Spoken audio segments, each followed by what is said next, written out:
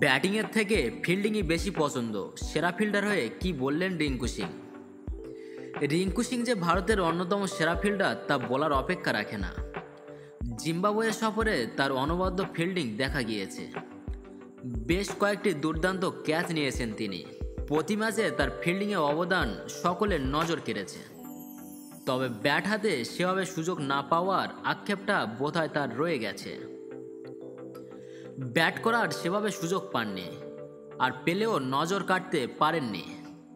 কিন্তু ফিল্ডিংয়ে নজর কেড়েছেন রিঙ্কু সিং। রবিবার জিম্বাবুয়ের বিরুদ্ধে পঞ্চম টি-20-তে জয় পায় টিম ইন্ডিয়া। সেই সঙ্গে তারা 4-1 ব্যবধানে সিরিজ পকেটে পড়ে।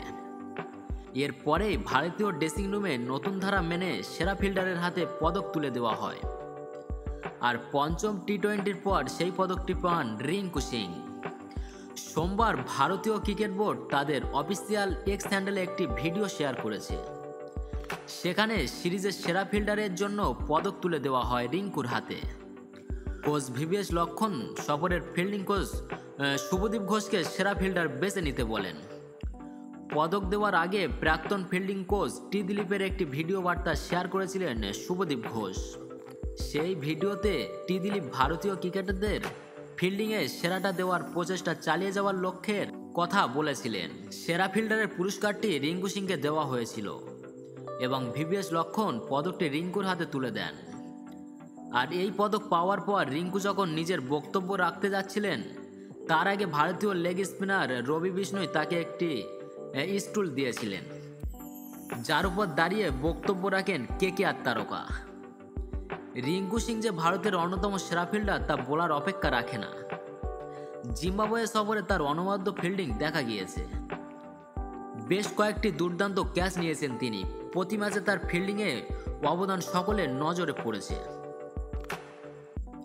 রিঙ্কু বলেন, প্রথমেই বলবো, সবটা ঈশ্বরের পরিকল্পনা। সবার সঙ্গে খেলতে পেরে খুব ভালো লাগছে। এটা আমার চতুর্থ বা পঞ্চম সিরিজ, তাই খুব ভালো লাগছে। আমি ব্যাটিংয়ের চেয়ে ফিল্ডিং বেশি পছন্দ করি এবং আমি ফিল্ডিং অনেক উপভোগ করি, এমনকি দৌড়াতেও অনেক বেশি উপভোগ করি। স্পিড না চালালে শরীর খুলবে না। প্রথম টি-20 ম্যাচে বাজেভাবে হেরেছিল টিম ইন্ডিয়া। মূলত ব্যাটিং ব্যর্থতার জেরেই হারতে হয়েছিল ভারতের তরুণ স্কোয়াডকে।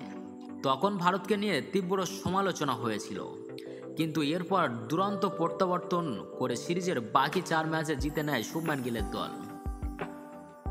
অনভিজ্ঞ জিম্বাবুয়ে টিমের খারাপ ফিল্ডিংয়ে এবং নড়বড়ে ব্যাটিংয়ের জেরে তারা মুখ থুবড়ে পড়ে। টিম ইন্ডিয়ার পরবর্তী অ্যাসাইনমেন্ট হলো শ্রীলঙ্কার বিরুদ্ধে অ্যাওয়ে সিরিজ, যেখানে 3টি টি-20 এবং 3টি ওয়ানডে ম্যাচের সিরিজ খেলবে টিম ইন্ডিয়া।